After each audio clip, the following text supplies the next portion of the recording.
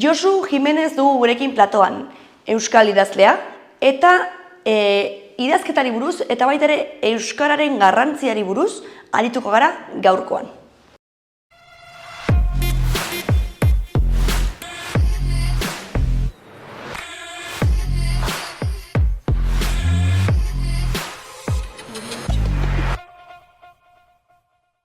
Arratsaldeon, Josu. Arratsaldeon zuri ere. Zer moduz? Aitz ongi. Ongi? Bai. Beraz, ikusten zaizu? Bai. Gainera etxetik gertu, ez? Hala da. Beraz, primeran, hemen izatea. Eta pixka bat aurkezu zaitez, nortzarazu edo nola kokatzen zarazu artearen mundu honetan edo? Josu dut izena, Iruñan sortua, baina espaldi Berriozarkotua, eta maite dut sormena, maite dut idaztea, eta, tirrik itxarraka gauza batean eta bertzian, batez ere irakurtzen, irakurketa talde batzuk eramaten ditut, eta, Nafar Ateneoan ere, bazkide banaizenez, hori biltzenez laguntzen, poesia talde batean, eta, batean eta bertzian. Eta Nafar Ateneoa zer da? Igual ez dakienarentzat edo azaldu dezakezu pixkatxo bat? Nafar Ateneoa bada irabazi asmorik gabeko elkarte bat, Errepublika garaian sortua, baina 36ko matxinada militarrarekin desagertarazi zutena, eta 1985ean Nafar anitzen eta askotarikoen bultzadari esker berpiztu zena.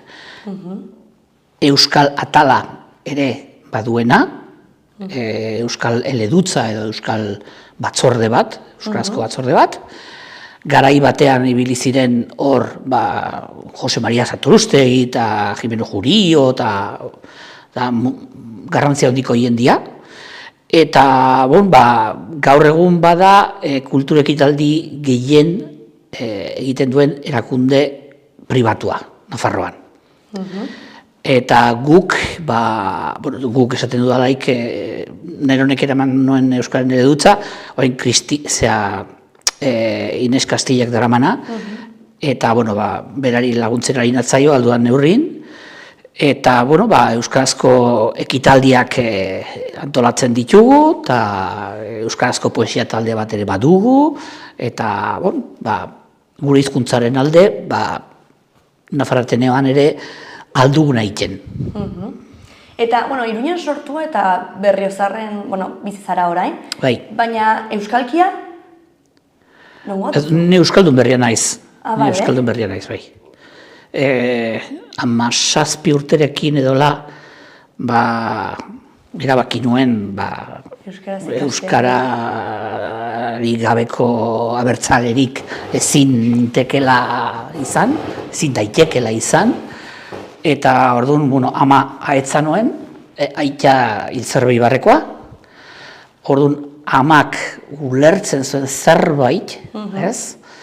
Eta, hasi nintzen aekan ikasle, eta, gero, irakasle izatera ere pasatu nintzen aekan bertan, eta, oraindik hain naiz ikasten, bai, egia dela, Elgorrin ibili nintzela, lagun baten baserrian, ez, eta, batzutan, Malerrekako eta zonalde horretako hitzak eta igual... Nabari da, ez? Bai, baina, berez Iruñeko semea, eta harro. Claro, noski baietz. Eta txikitatik izan duzu horrelako gustu bat, ezakit idazketarekiko, liburuekiko, edo izan zen gero heldutan deskubritu zenuen zerbait? Nik uste dut euskararekin lotuta dagoela nire zaletasuna. Zeren eta nahiko azkar ikasi nuen, ez? Estien errandudan bezala, oaino hain naiz ikasten, ez? Hizkuntza bat ez da erabat ikasten neoiz. Baina, inglesa ere ikasten nuen, eta mungi xaman moldatzen nintzen inglesarekin, baina, bueno, inglesan maite dudan arren azken finean ez da Nafarroko hizkuntza, ez? Gero ingles irakaslea ere izan naiz, eta beraz ezin daiteke erran ez da erraiten inglesaren kontra nagoenik, ez? Baina argi dago euskara, Nafarroko hizkuntza dela, ez?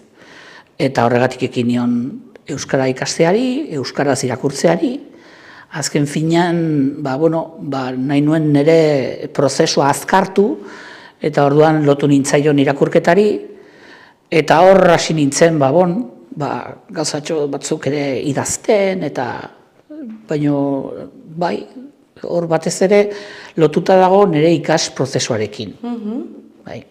Beraz, erderaz ez zenuen asko idazten?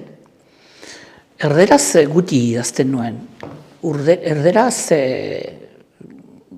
ez, garai horretan ez nik ustut erderaz ez dudala neoizik idatzi. Are gehiago orain, ibiltzen naiz Bubixer izeneko proiektu batean, eta orduan eskatzen diatelaik zerbait idazteko erderaz.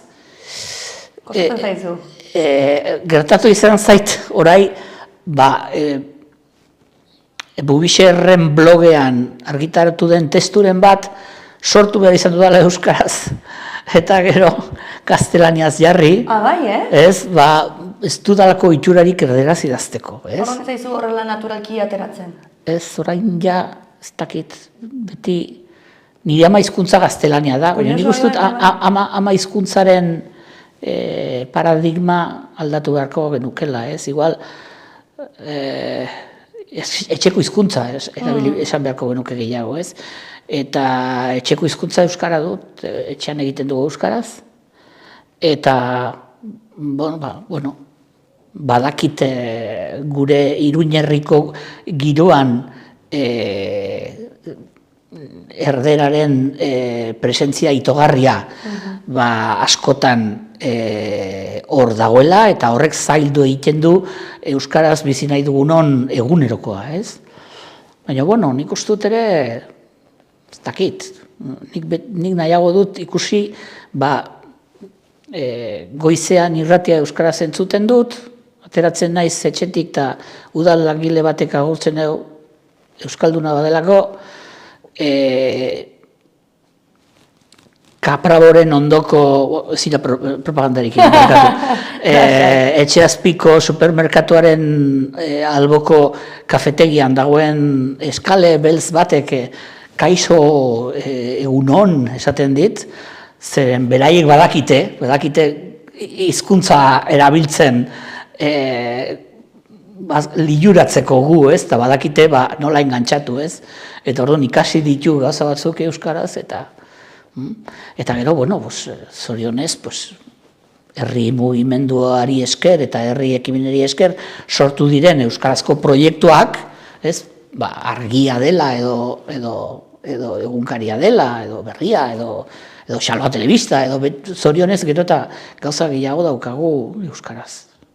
Eta nik nahiago dut irakurketa positiboa egin, ez?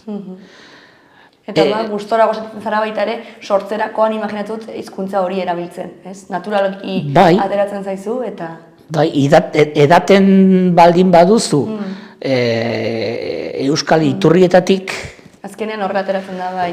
Gertatzen dena da, sortzailontzat, erronka bat dela, euskarazko iturrietatik edatea, askotan iturri horiek uerrak ekartzen dituztelako, ez? Erran nahi baita. Komunikabide zenbaitetan, ez naiz Xaloazari, komunikabide zenbaitetan, euskarazko hitzak bai, baina Espainiatik datozkigun paradigmak errepikatzen badira. Espainiatik datozkigun albisteak errepikatzen bazaizkigu. Erreferente kultural guztiak erdaldunak baldin badira. Baldin badakigu gehiago Murtzian gertatutako istripu bati buruz, Baztanen gertatutakoari buruz baino, zer gertatzen da, azken finean, euskara gelditzen dela anekdota gisa, ez? Eta hori gertatzen da, komunikabide handi batzuetan, ez? Eta orduan, hori azken finean da, euskarazko zelofana, baina edukia guztiz espainola da, guztiz kolonialista, guztiz globalizatua, ez? Eta hor badago arrisku bat. Zen eta globalizazioa aipatzen delaik, ahaztu egiten zaigu globalizazio baten atzean beti badagola globalizatzaile bat eta globalizatu bat, ez? Eta orduan, naiz eta jantzi globalizazio hori euskal kutsu batekin, edukiak baldin badira erdal idazleak, erdal margolariak, erdal eskultoreak, erdal dantzariak, Espainiatik datozkigun parametro guztiak, balioak, erreferenteak, hori azken finean da minbizi bat, ez? Eta orduan biziki importantea da iturri horiek izatea ur garbiekin, eta ez ur guerrekin. Eta zu sortzerako orduan horrein kontra joatea edo saiatzen zara? Ni saiatzen naiz euskal uretatik edaten. Eta, nik uste dut, biziki importantea dela koloreak esate baterako, ez? Euskal koloreek badituzte ñabardura batzuk, ez? Patxiku Perurenak egindako koloreak euskal usarioan izeneko liburu zoragarri hortan agertzen dira benetan ñabardura batzuk, ingeles munduan ez dauden beste ñabardura batzukin, edo Frantziako edo Espainiako parametroetan ez daudenak. Eta orduan, nik uste dut euskaldunok berreskuratu ezean, edo euskaldunok egin ezean kasu, adibidez, Patxiku Perurenaren lanari, espainolek ez dut egingo. Espainolentzat, Patxiku Perurena ez da existitu ere egiten, ez da inor. Hor nik uste dut hori ere importantea dela. Euskaraz datorkigun guztia berez euskaraz egoteagatik ona da. Nik uste dut ez. Hor nik puntu kritiko bat ere beti bizitzan ezinbestekoa da. Baita euskarazko edukiekin ere. Baina posible da, eta inkluso zuretzat, sortzaile moduan, gainontzeko estimuluetaz edo ez dakit aipatutako iturri horietaz ez edatea, ez? Gaur egun? Galbae bat jarri behar duzu, iragazi bat jarri behar duzu, ez? Eta orduan, Eusko Autonomi Erkidegoko irratian esaten duzunean ez dagoela arazorik errepidetan, gero... Zerrepidetaz ari zara, ez? Zertaz ari gara? Ari gara Gipuzkoa, Araba eta Bizkaiaz, edo hitz egiten ari gara Lapurdiz. Zer, igual Lapurdin sekulako kotxe butxadura dago nekazariek sortutako protestak direla kausa, ez? Orduan, horregatik ari naiz pixka bat esanez, ez dugula inoiz ikuspegi kritikoa galdu behar, ez? Jakinda ere oso zaila dela eta oso nekagarria, ez? Azken finean, baina nik uste dut sortzaileon lana badela ikuspegi kritiko bat izatea, ez? Eta ez aztutzea inoiz kritikotasun eraikitzaile hori, ez? Zen, karo, beti kritiko bazara, azkenik nekagarria ere bada, eta igual errexena da esatea, irenezten dut, ematen didaten guztia, ez? Eta hor konpon Mari Anton, zer gertatzen da? Lehen esan duan bezala, orduan globalizatua zaudela. Eta orduan, irensten ditugu batzutak, irensten ditugun porruak, ez? Eta, nik uste dut, sortzaileok behar dugula asimilazio hori borrokatu. Edo kolonizazio kulturala borrokatu. Eta euskaraztik sortu, euskaraz, ez? Eta zu zertan inspiratzen zara? Egunerokoan. Egunerokotasunean. Bai. Nik uste dut beti biltzen naizela zerbaiten xerka, ez? Edo beti goait, erne, eta beti, ez dakit inspirazio edo txinparta baten bila, ez? Eta egunerokoan agian, hori, uste dut, Mayakovskik esaten zuela, Mayakovski poeta errusiarrak, esaten zuen berak ematen zuela egunean, ez dakit zenbat ordu, egunako 24 ordu baito, berak ematen zituen 16-18 ordu, egunero gauzen xerkan, ez? Eta horregatik sortzaileok edo artistok badugula despistatu izatearen ospea. Edo beste mundu batean biziko bagina bezalako bizimudua eramateko ospea. Zeren eta azken finean lagun bat ari zaizu hitz egiten giltza utzi duela ez dakinon eta kotxea duzula artekalek harrikan, eta zu ari zara pentsatzen artea benetan zer da? Artea da zuhaitz bat. Ez? Artea ez da bakarrik da zuhaitz bat, ez? Artea, ez? Eta orduan ari zara pentsatzen soneto bat egin zenezake arte, ate,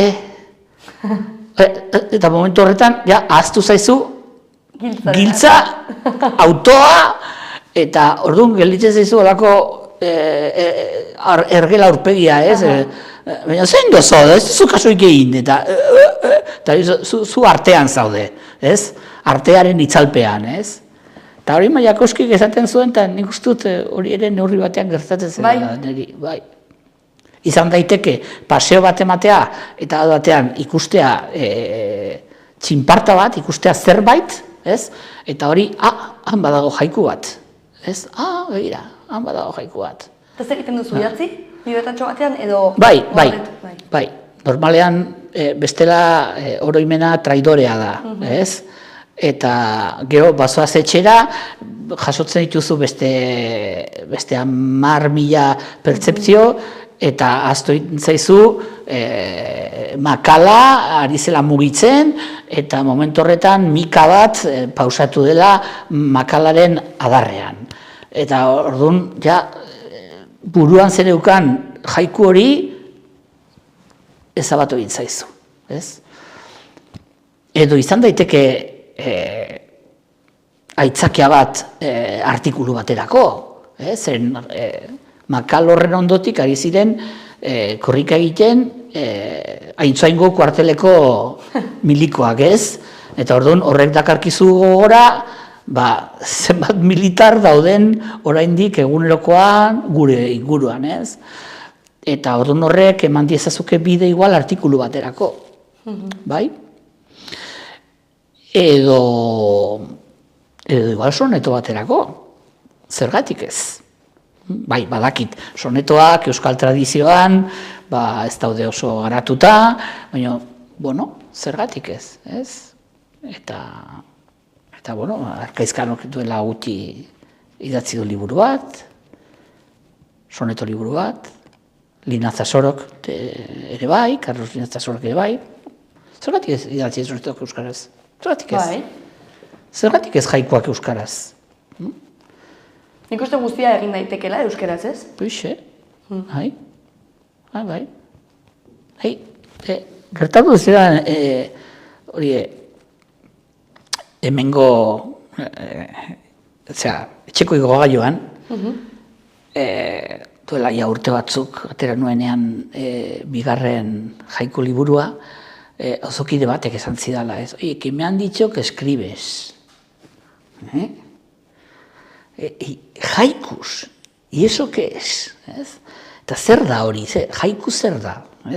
Badira japoniar moldeko poeta txiki batzuk, 5 silaba, 7 silaba eta 5 silaba, eta normalean naturarekin lotuta, eta ez dute rimarik, baina beti badaude sensazioak transmititzeko nahimen eta gogo bat, baina harrigarriena egiten zitzaion, eta horregatik azkeneko galdera zen, eta lehenbasko, horrek ja hausten zituen bere, ez? Beti liburukin ibiltzen den 3. solairuko auzokidea tira, ez? Baina euskaraz, hori zen harrigarriena, ez? Eta, nik uste dut, urte hamarkada hauetan bide handia egin dela, baina zergatik ez bide horiek jorratzeari utzi. Gaur egun euskaraz denetarik egin daiteke, zer horrek errandu zuen bezala. Zeintzuk dira zuretzako inspirazio iturri edo euskal edo igual nafartar idazleak?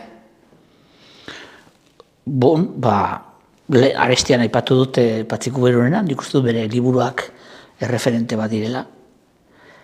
Eta gero bizikin maite dut, duela gutxi bukatu dudan irakurtzen beste egile bat da Jon Alonso, bere prosa trinko eta batzutan exigentea, baina, nik uste dut zorionez, nafar literaturan baditugula egunerokoan, duela gutxi arte berrian egunero idazten zuen zutabe bat Angel Erro, eta nik uste dut gaur egun poesian Angel Erro erreferente bat dela, ez dela, eta zorionez, orain arte aipatu ditut gizonezkoak, baina badaude idazle gazten artean, badaude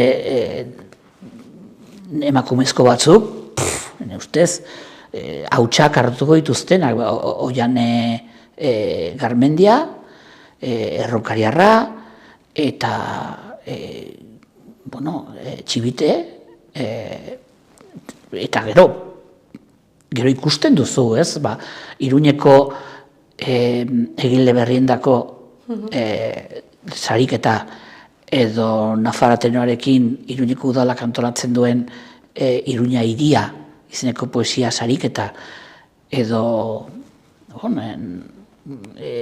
eskoletan eta institutoetan dauden hor gaztetxo batzuk plika irekitzen duzu eta neska bat, ze poza, ez? Bertsolaritzaren mundutik euskal literaturari egin zaion ekarpena. Galtu behar nizun ere, bertxotan animatu zaren noizbait? Bai, baina oso izki pasa nuen. Bai, izan zen ja duela, duela ja 23 urte dola, jendaurreko saio bat zen, eta oso izki pasa nuen. Oso urduritasuna ikare. Jendean horren jartzearen horregatik?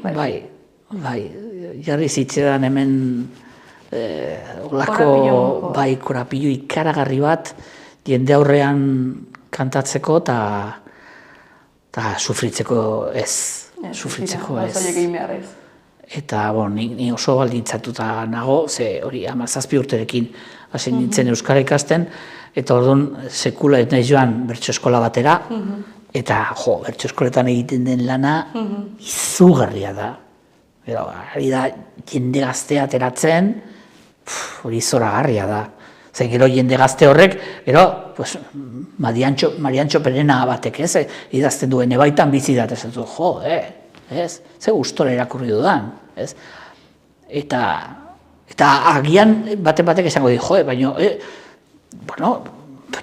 neska gazte bat da, bere lehenbiziko liburua da, gero horrein atera du beste bat, maiezu denbora gaztei, maiezu konfiantza, bidea irekiko dute, bidea zabalduko dute, egingo dute euren bidea. Oso gazteak dira. Ni hasi nintzen idazten 30 urtekin, 35 urtekin. Eta hauek hasi dira 15, 20 urte lehenago. Orduan, egingo dute, eta ziur naiz. sorpresa haunitz emango digutela.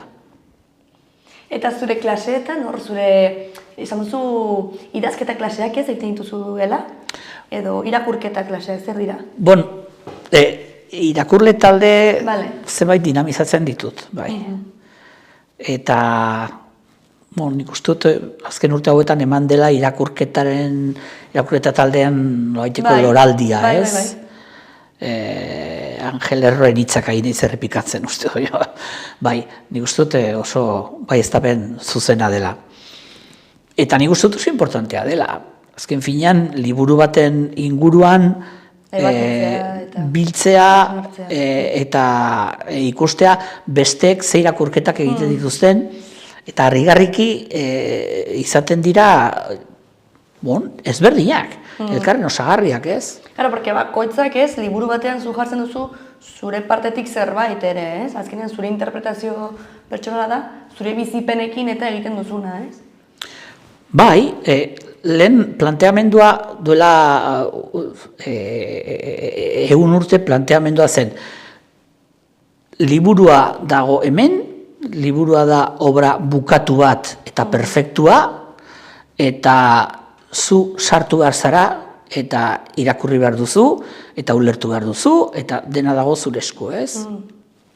Gero ikusi zen, irakurketa ez dela gauza bat bakarrik norabide bakarrekoa, ez? Baizikan irakurleak ere aportatzen duela, bere bizi esperientziatik, bere bizipenetatik, bere kontestuetatik, baina gero ikusi da, irakurketa kontestorik gabe, kontestu kolektiborik gabe, ezin dela ulertu. Orduan ez da bakarrik bidirekzionala, baizikan multidirekzionala, ez? Orduan irakurle taldeek ematen dute, bai, zuk hartzen duzu, Wilkie Collins klasiko bat, 9. mendekoa, The Moonstone, Ilargi Harria, ikaragarri polita, 9. mendeko noveloi horietako bat.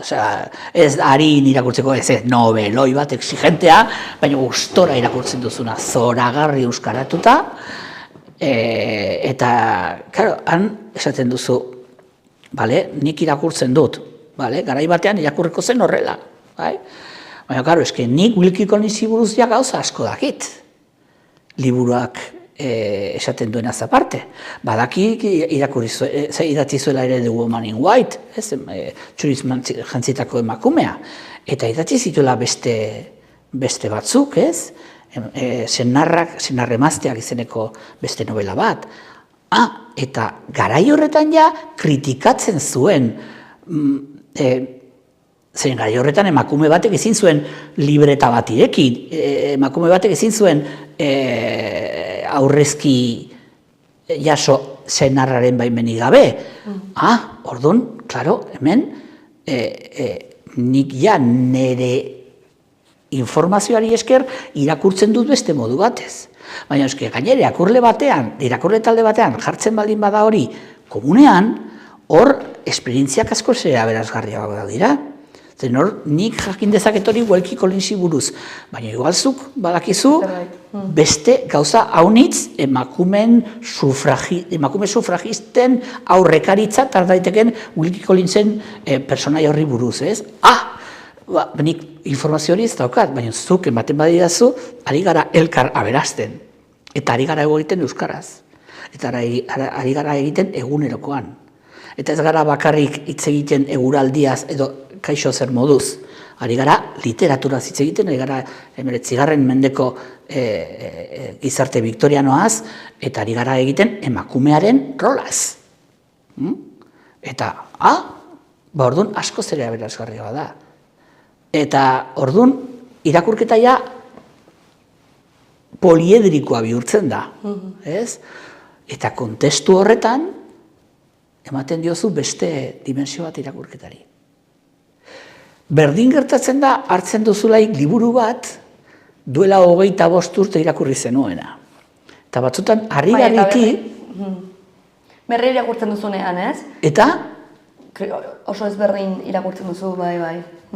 Zen, eta kontua ez da ikustea bakarrik nola aldatu den gizartean 25 urte hauetan, ez? Zukartzen duzu orain Babilonia, Juan Mari Irigoyen zenaren liburu klasiko bat, ez?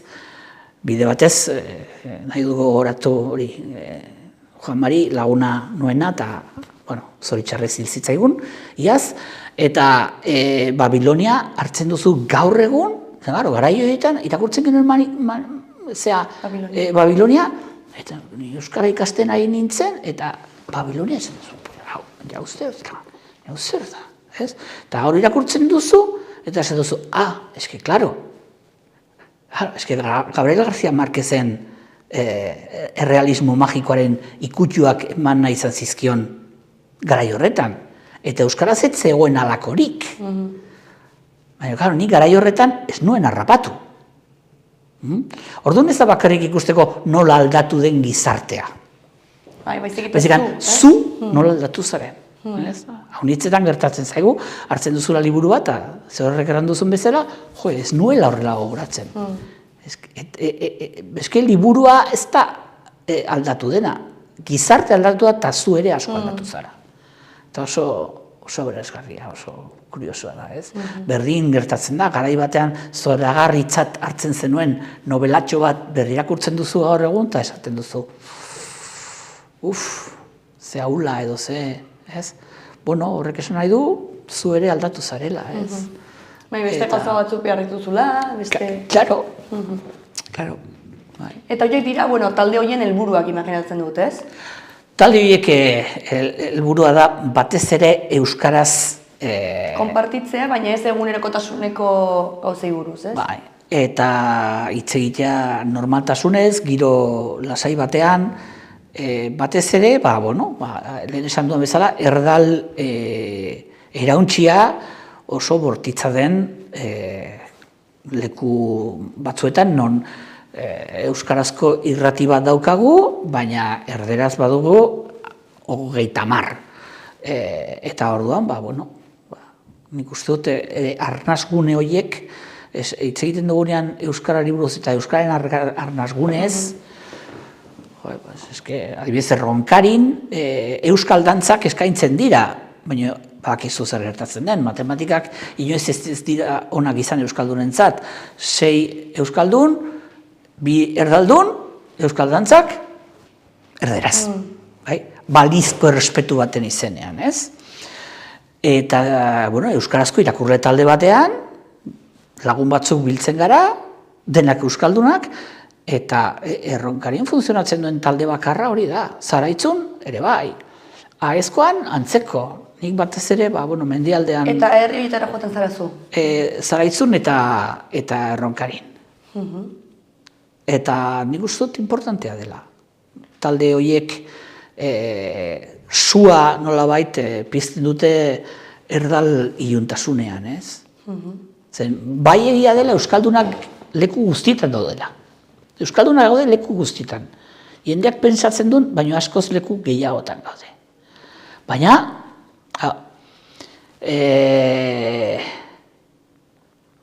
kontua da, errespetua nola ulertzen den. Zer, ne ustez errespetua izan beharko litzateke, ulertzen ez duenak, errespetuz, saiatu beharko litzateke ulertzen. Hori da niretzat errespetua. Zer gertatzen da? Nik kafetegian topatzen dut zarauztar bat, hemen bizi dena, azten naiz euskaraz berarekin, eta bere neskalaguna erdalduna denez, errespetuz, ustezko errespetuz, pasatzen gara automatikoki erderara. Kasu horretan, erdaldun bakarra eta bi euskaldun. Ez? Errespetua da hitz egitea erderaz. Errespetuzko jarrera bat litzateke izan beharko erdaldun horrek ulertzen saiatzea. Nik hor botatzen dut. Ea zer pentsatzen duen bakoitzak, hor debate nahiko meloi potentea da. No. Baina horretarako gaude sortzaileok, ez? Zene dut, Bai, medoiak irekitzeko. planteatzeko gauzak eta planteatzeko erronkak eta pixka bat buruari eragiteko, ez? Zen eta haunitzetan gertatzen zaigu, ez?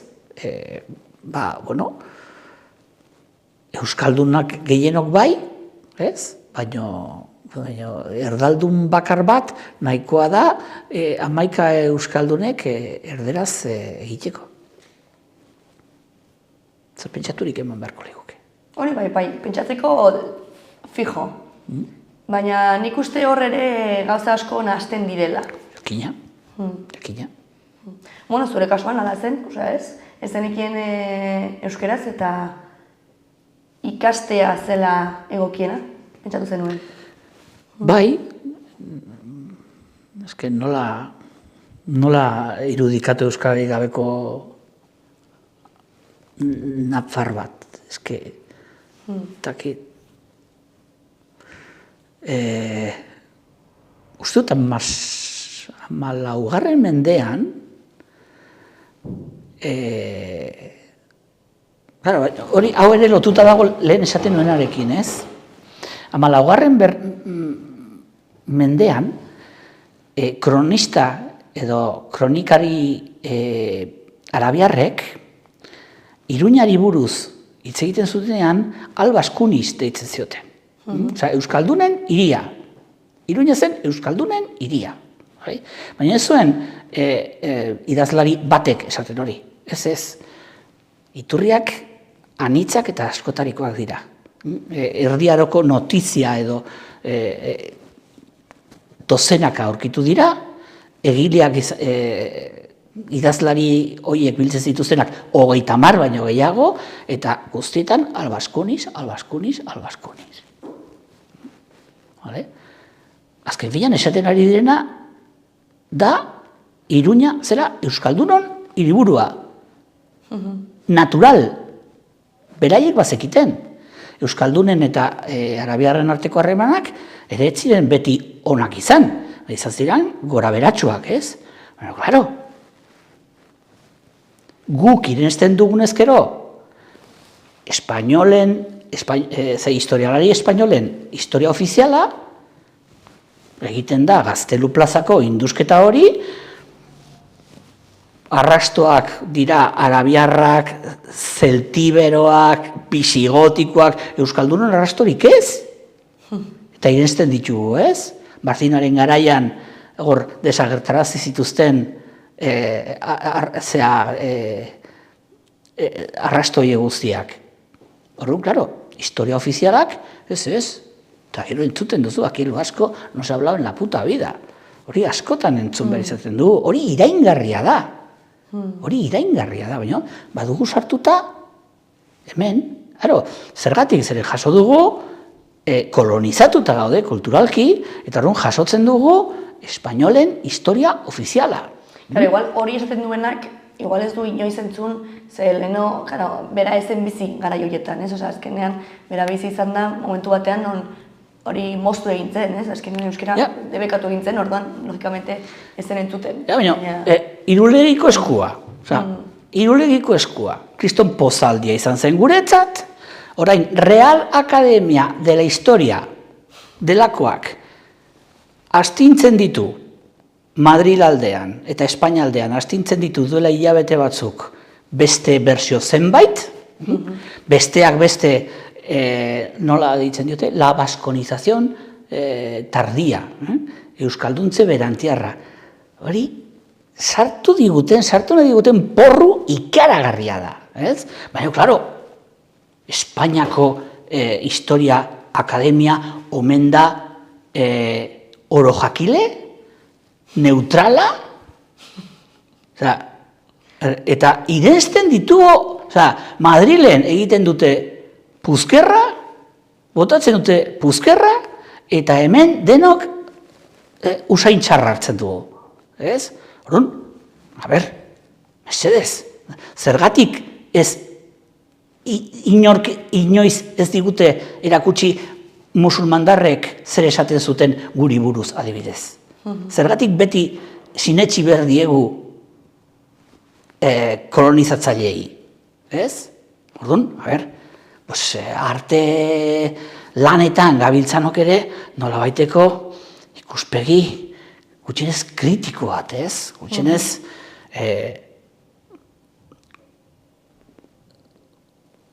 zalantzan jartzea, ez?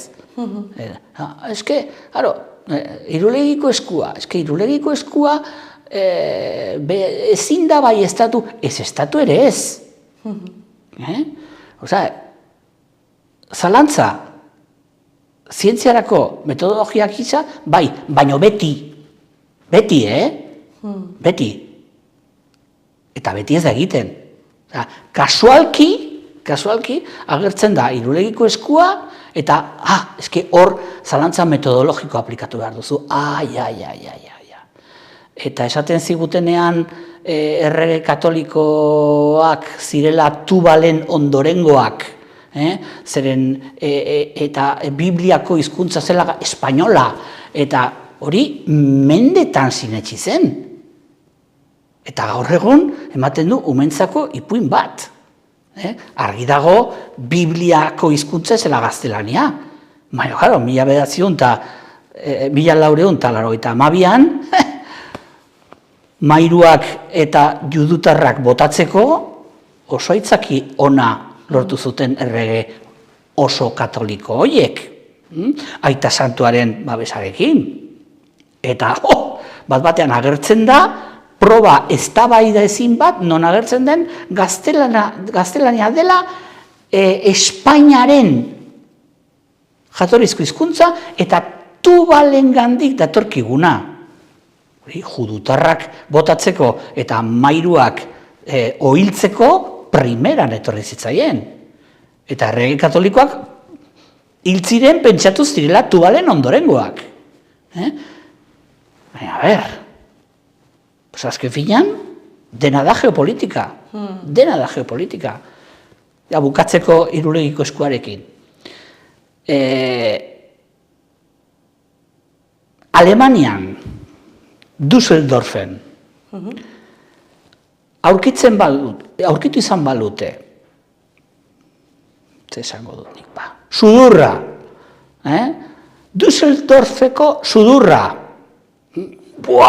eta sudur hortan gainera agertzen zen forma bat esearen antzeko, klaro, hori dudarik gabe da gaurko eguneko alemanaren proto-hizkuntza bat.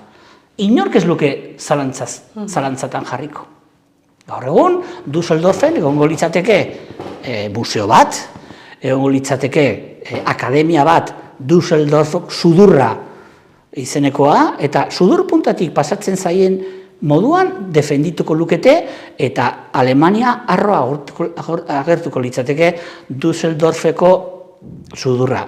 Diferentzia, estatu bat dela. Alemania gaur egun estatua da, eta estatu batek baditu bere eskura nahi dituen baliabide guztiak. Unibertsitateak, komunikabideak, eta bar. Euskal Herrian ez.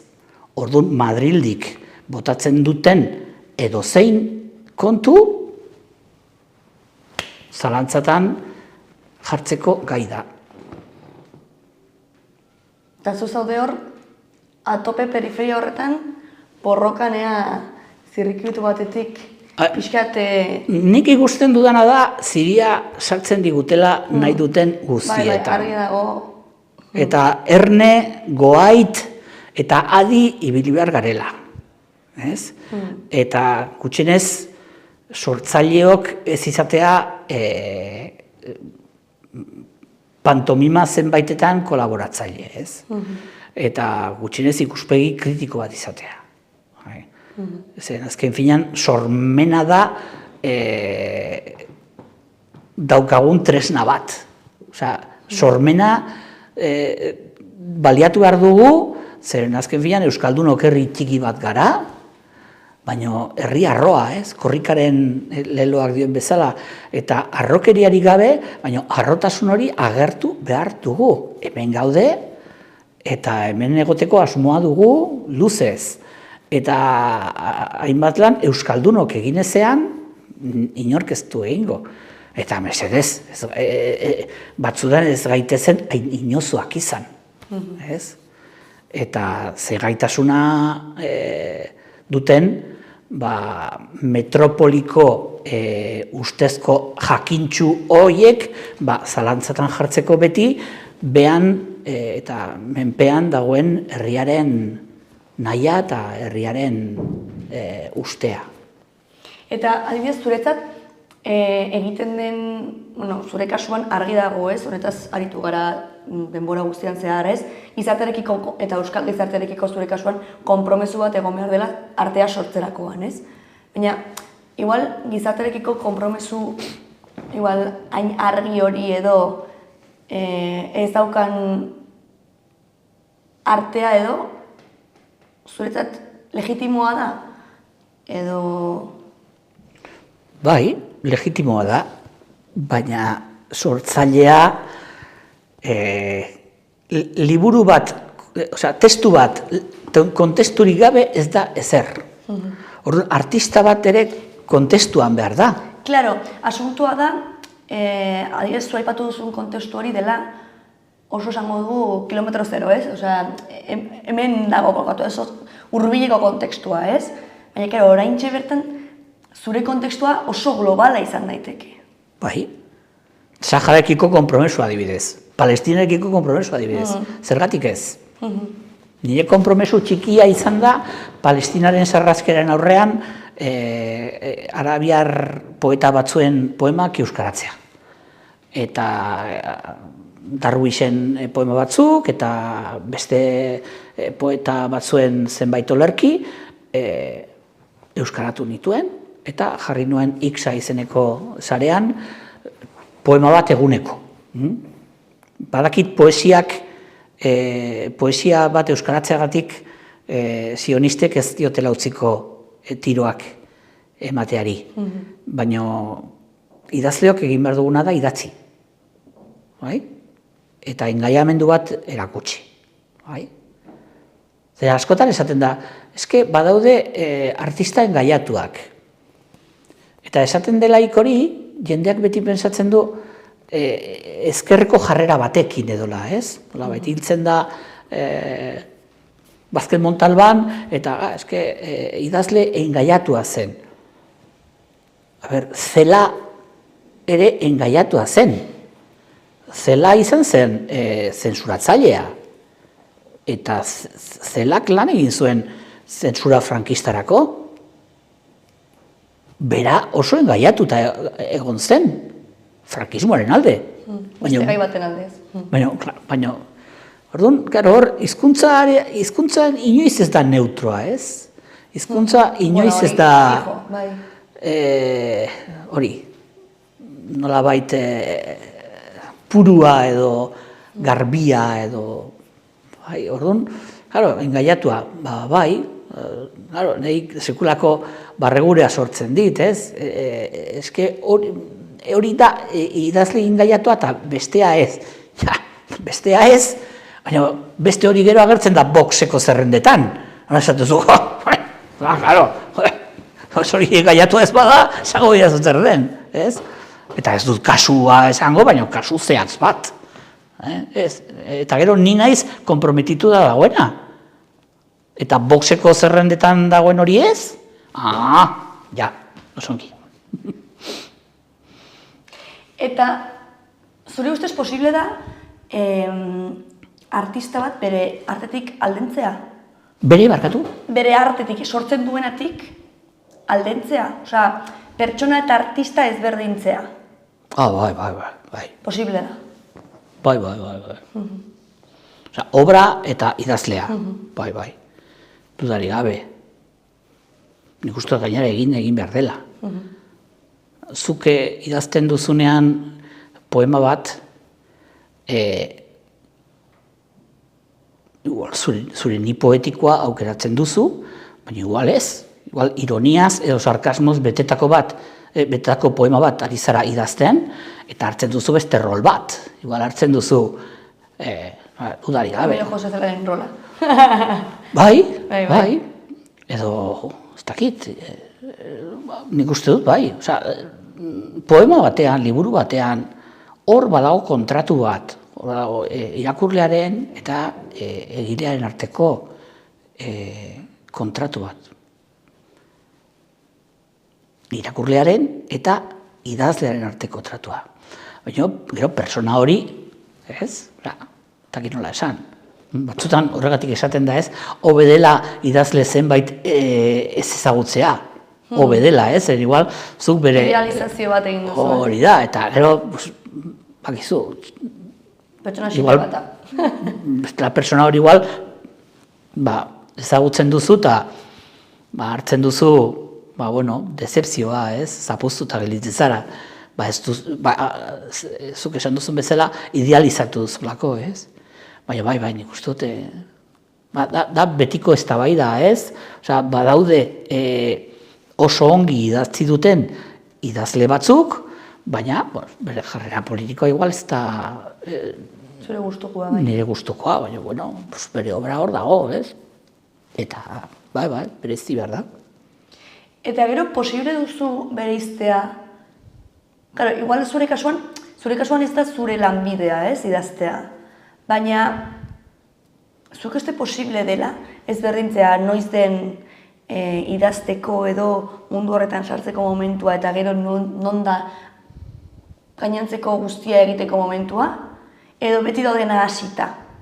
Hau da, ezin duzu idazketa idazle mundu hori zure biztatik atera. Osea, bereizi, bakizu fabrikara dijoana, ez? Fabrikaren 8 ordu egiten ditu, etxera joaten da, eta ez dabil fabrikako makina horretan pentsatzen, ez? Baina, karo, artearen munduan dagoen jendea, askotan gertatzen da, ez? Zaila egiten zaiola bereiztea, ez? Zure kasuan hala da, zaila egiten zaizu? Nik ez dut lortzen bereiztea. Zaiatu zara? Batutan, zaila izan behar da baita ere, ez? Egunero izatea hor... Bai, nik uste dut lotuko nuke oraingo erantzuna asmentan errandudanarekin, ez? Niretzat oso zaila da bereiztea, ez? Gauza guztiak izan daitezkelakoz inspirazio iturri edo, ez? Baina, badago jendia, bai, bereizten duena. Eta lanbidea zein duzun, ez? Igual lantegi batean aritzen zarelarik, gero etxera joan eta, ez? Idazteko momentua, ez? Bai. Nik hainbat urtez jendeari esaten nion, ni asteburuko idazlea naiz. Osea, edo oporraldietako idazlea naiz. Astean zehar, egunerokoan, lanak janda, astirik ez. Baina, azken mola honetan, Gehiago. Bai. Horain zertan hori zara, zara zerbait idazten? Hauzu zerbait Bai. Baina, zorti txarra ematen omen du... Esatea, ez? Bai, esateak, ez? Spoiler egitea edo. Baina, bai, jarraitzen dute artikuluak idazten, eta beste zenbait gauza, poesia batez ere, azken mola honetan, bai.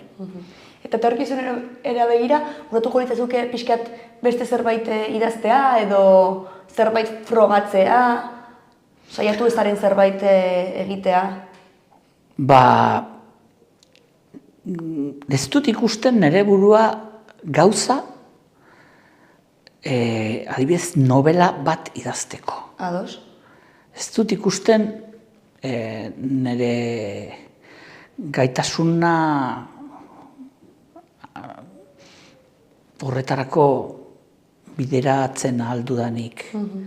Eta baditut lagunak, eta zorionez badira Berriozarko lagun batzuk, bai, Ernesto Prat Urzainkik eta Xabi Lasak Horraitzek berak novela bana aurkeztu berri dute, Hilbeltzan, aztanen, eta...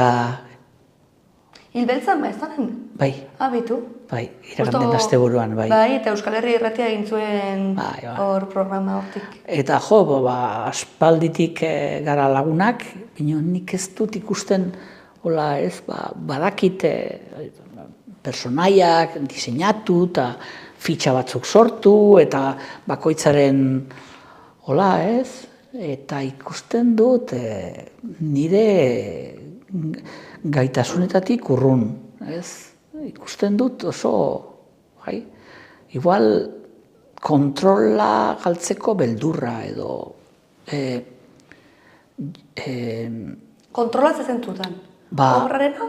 Aiztian ere erraten zuen Ture detektibia batzutan bizirik balego bezala sentitzen duela bere nobeletan Jon Arretxek. Jon Arretxek egin berri ditu deklarazio batzuk, esan ez batzutan Turek berak nahi duena egiten duela iruditzen zait, ez? Eta, novela honitz idatzi du, Ture izeneko detektibi horri buruz, oain okerez banaiz gainera pelikula bat edo serie bat egin behar omen dute edo la. Baina, bueno, nik Jon Arretxe aspalditik ezagutzen dut, oain gainera bizi da hor Arbizun, eta kuriosoa egin zaitez ikustea berak hainbeste urte daramala idazkuntzan, hainbeste liburu idatzi duela, arrakasta handia izan duela, eta berak aitortzea bere personaiak batzutan hartzen duela bizitza propio, eta eskapatuko balitzaio bezala, ez? Nik hori entzun dut zenbait idazle ere partetik, ez? Azkenean, hasten dela zerbaitekin, eta gero, pertsonaiak eramango nau beste bide batetik, ez? Ze berak egingo du bere bidea, edo nik ezagutuko dut pertsonaia idazten dudan heinean, ez? Hori da. Ez da nirea da, bera, ulertzen zaitut. Eta nik ez dakit ikusten dudan, hori igual izango da, obsesio bat dudalako, azpiko obsesio bat kontrolarekin, ez? Izan daiteke. Takite, Pumpa-lasterrean bota dut. Psikoanalizian jarriko gara. Nik ipuinak idatzi ditut, baina, ipuin batean zuk zertzelada batzuk ematen dituzu, eta ekintza batzuk deskribatzen dituzu, eta ekintza hoien bidez, eta zertzela hoiei bidez, irakurleak jasotzen ditu personaia jakin batzuen gaineko oinarrizko ezaugarri batzuk, ez? Ipuin batean, edo narrazio labur batean, ez duzulako hainbat horri alde esateko nolakoa den, ze ezaugarriak dituen, ze jantzita daraman, zer egingo luken olako egoera batzuetan, ez, zuk ipuin batean harrapatu behar duzu irakurlea eta kao batez irabazi, ez? Eta orduan, ipuinak bai idatzi ditu dala, eta novela bati ekiteko, ez dakit, beldurra, nik uste dut dela gaitasun falta. Orduan, ez dakit, gaur egun ez dut planteatzen novelarik idaztea. Idatzi ditut ipuinak, idatzi du saiakera bat, 4 liburu poema, haurretagaz jaikuak, album ilustratuak, baina novelarena, eta bekaizti begiratzen diete lagunei. Ez bekaizti ez, esan dut. Maitasun osoz eta disfrutatzen dut, eta pozik ikusteaz, ez? Iruñerrian, zeinek esango luke, duela 25, 30 urteko Berrioztarren, bagarela 3-4 idazle, ez? Eta hori pozgarria da oso. Ikusi beharko dugu, printzipioz novela ez, baina nork daki, hemendik beste zenbait urteetara. Zorionez, mundua oso aberatsa da, eta, beti zerbait buruan. Oso ongi. Joango garaia bukatzen, ez dakit zerbaitesun esateko, ez? Baina, azkenengo galdera ez ditut nik egingo, ez da nire galdera izango, baizik eta aurreko gonbidatuak egindako galdera. Ados. Utziteko galdera. Ez ekizu zinela, ze horrela egiten dugu beti, zuk ere urrengo gonbidatu garentzat utzi beharko duzu galdera bat, jakin gabe norden. Ordan goazen.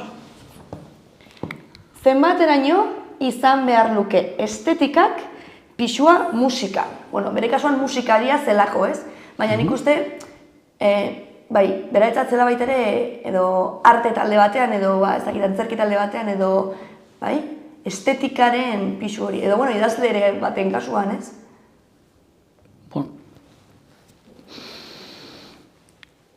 pisua izan beharko luke, bai, zergatik ez. Azken finean zu ari zara bai idazteko tenorean, bai musika sortzeko tenoren, zurea den zerbait ematen, ez? Orduan, zure estetikarekin bat datorren zerbait nabaritu behar da, zure musikan, eta zure idazkuntzan. Nik uste du baietz. Zenbateraino? Bon, ez dakit esaten, baina nik uste dut eragin garbia eduki behar duela, bai. Zurea den zerbait, ez utzi behar da, zure arrastoa. Ez dakit zure arrastoa, edo zure estetika, edo zure lorratza, baina bai, handia. Claro, baita ere egia da, estetika dela zure izaera pixka bat azaleratzeko edo modua, ez? Baina musikaren bidez ere Claro. azaleratzen duzu, ezinbestez. Bai, horregatik, ez? Azkenean baita ere, berak zion adiz, musika ona baldin bada zertarako behar dut bideoklip bat, eta zertarako behar dut bideoklip hori estetikaz zehaz bat izatea, eta, ez? Gero, esaten duzuna, ez? Guztiak lotuta dago. Azkenean, bideoklip horrek ere mezu bat bidaltzen du, ez? Eta... Jakina, bai, bitartekoa da mezua. Ez? Orduan, dudari gabe. Gaur egun ez da irudikatzen al bideoklipik gabeko musika. Garai batean, entzuten zenuen musika, baina gaur egun ikusten duzu musika. Eta orduan osotasun hori importantea da. Eta zaintzen dute dudari gabe. Ezinbestekoa da. Ados, Josu, interesgarria. Zure txanda orain, hor duzu Arbela, Ezabatzekoa eta Klariona. Ados. Edo emango dizut. Eskolara bueltatuko gara, ezagit zure irakurketa klaseetan edo ere Arbelak erabiltzen dituzuen, ez dut uste, ez? Bai. Bai? Bai. Ideiak eta partekatzeko. Bai. Orduan, nik hemen idatzi behar dut? Hori da, hurrengo pertsonarentzako. Ez dakizun orden, baina badakizu artearen munduan murgilduta dagoela nolabait. Utzi dezakezu nahi duzun galdera. Bale. Eta orain, bai, aske zarela. Bale.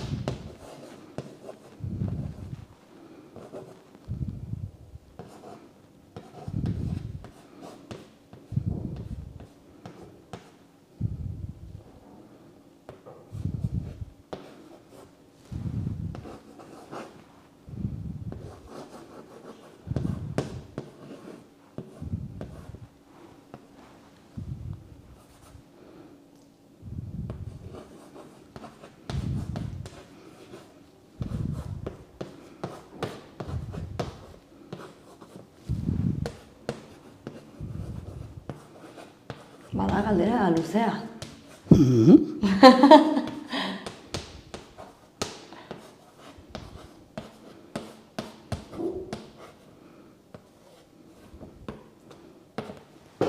Erakutsi gozu. Bai. Euskaraz sortutako artelan orok, baldute euskal kutsua izan behar ezinbestez?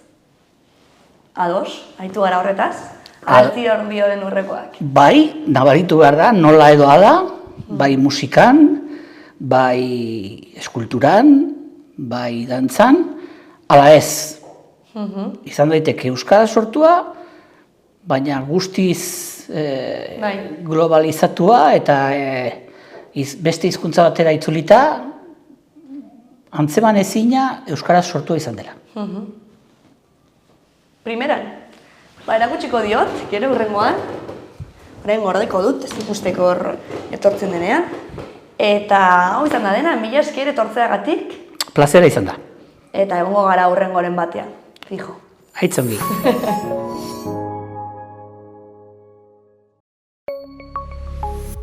Gobierno de Navarra. Nafarroako gobernua.